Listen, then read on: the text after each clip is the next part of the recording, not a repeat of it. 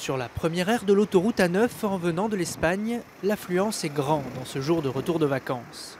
Pique-nique ou cafétéria, ceux qui sont encore vacanciers pour quelques heures profitent de la pause pour se restaurer sans forcément compter.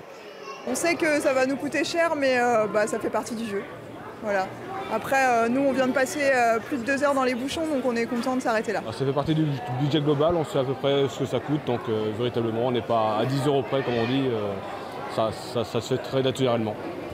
Pour cette enseigne, un jour de retour massif comme aujourd'hui représente 30 à 40% des recettes de la semaine. Et le client qui part en vacances n'est pas le même que celui qui en revient. Concernant la boutique, c'est peut-être un peu mieux pour le retour.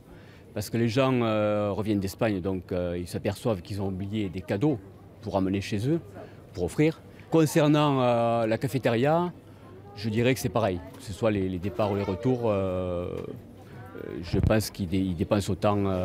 Après des heures de route, la lassitude du trajet peut aussi pousser à la consommation.